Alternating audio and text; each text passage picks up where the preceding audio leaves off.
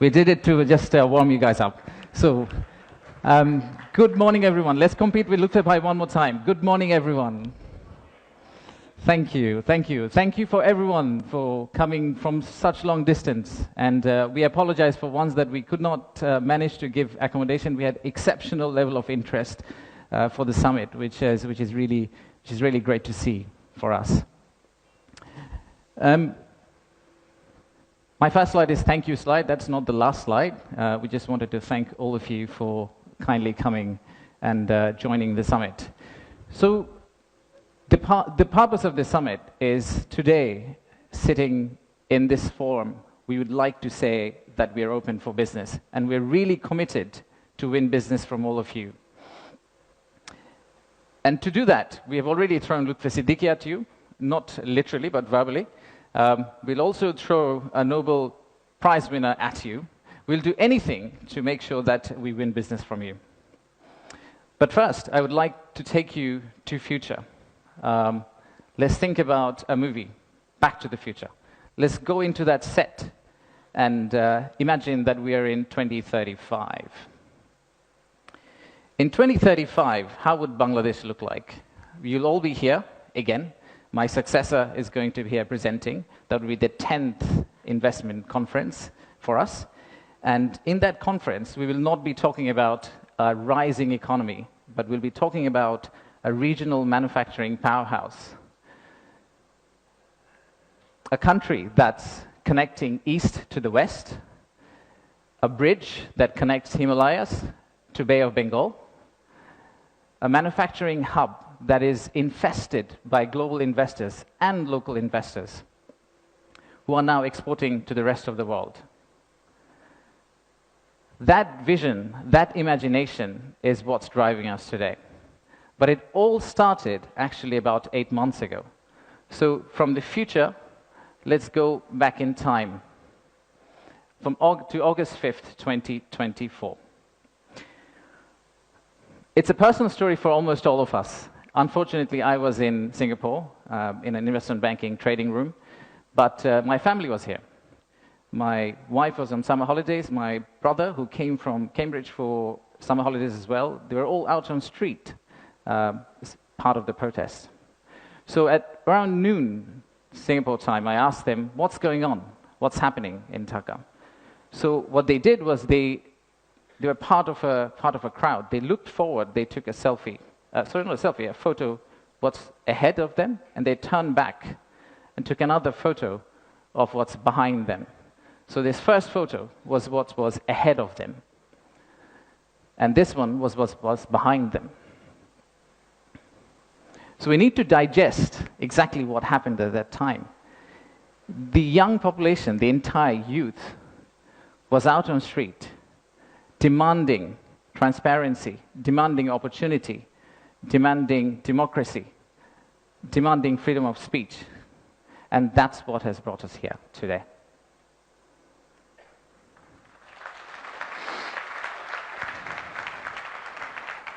So today, the expectations are very high.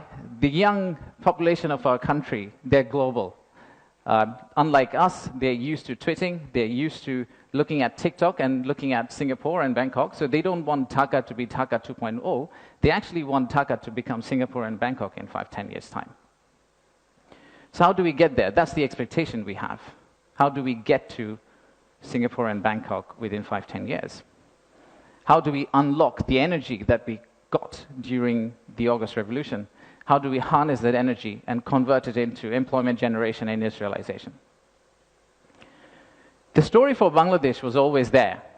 A lot of you already know about it. We have 180 million domestic market. We have a young population. Almost half of it is less than 25 years old.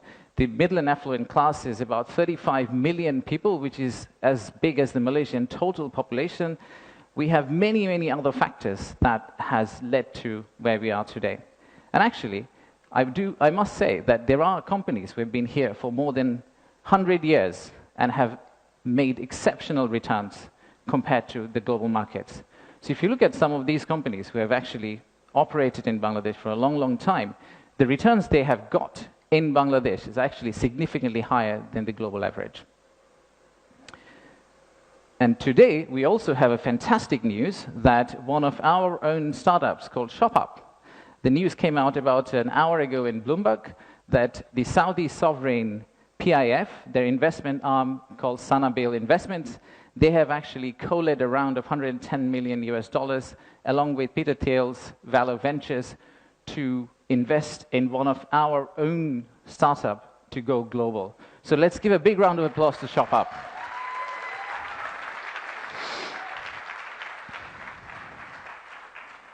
So that's today. That's today. So what's tomorrow? How do we go from here to the vision we had for 2035? So this $180 million story, or 180 million people story, is not enough.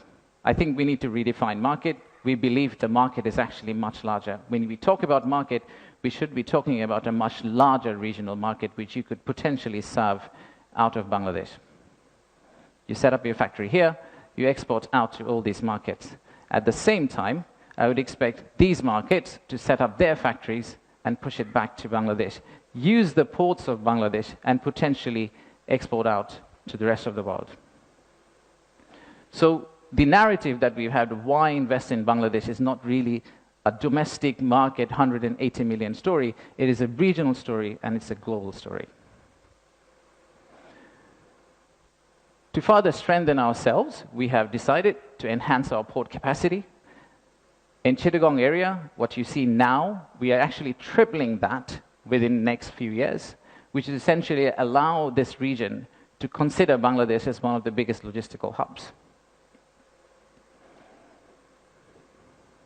However, that's not all. We need to do a lot more. So at the beginning of interim government's period, we actually decided to talk to more than 200 CEOs and entrepreneurs who actually are doing business in Bangladesh today. And we wanted to understand how can we convert our critics into our ambassadors. They are the only ones who could potentially bring business for us.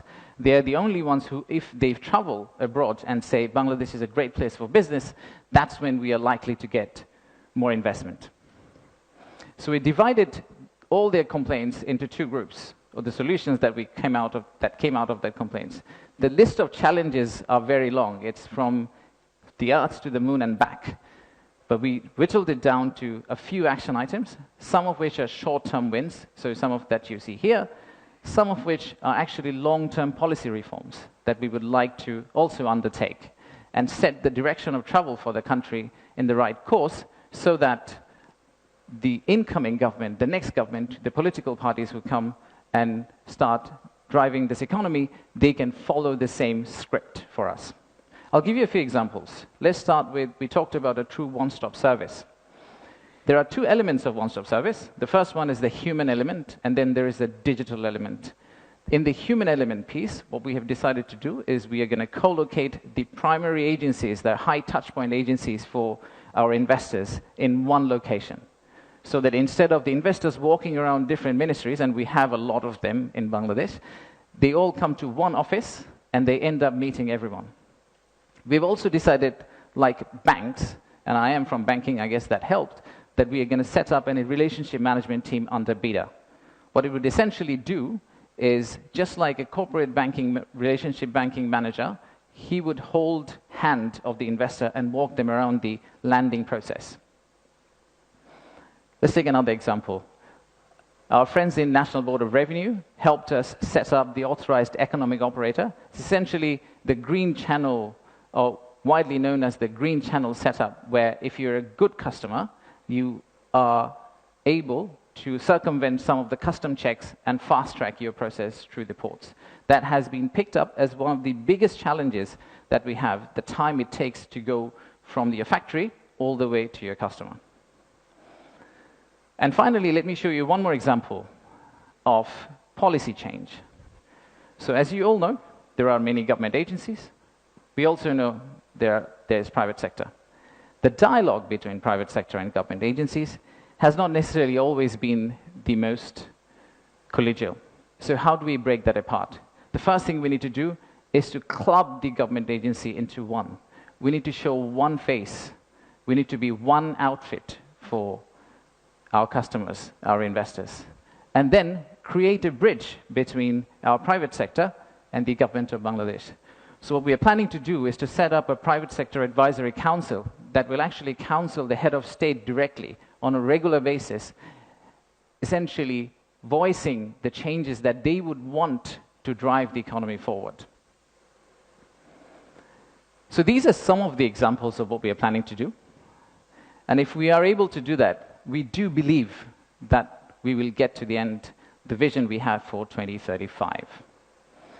Now, of course, there are many, many other factual reasons, statistics, tables, Excel files that I can share with you to tell you why you should invest in Bangladesh. In fact, the next slide will have a QR code which you can scan and download, which will have essentially this presentation. So you didn't have to take the photos of the presentation, by the way. You will have this presentation, and you will also have an appendix of facts and figures and why we think competitively we're actually in a very better place than our competitors. So please watch out for the QR code. But before I go there, I would really like to finish off with this. There are economic reasons to invest in Bangladesh, but I really don't want you to invest in Bangladesh for the economic reasons. If you really think about investing in Bangladesh, think about investing in Bangladesh because of the transformational journey you're going to be part of. For the odd mixture of warmth and resilience our people have, and our century-old culture paired with the shared values that we have with you. So I rest my case here. Thank you very much for coming, and enjoy the rest of the day. Thank you all.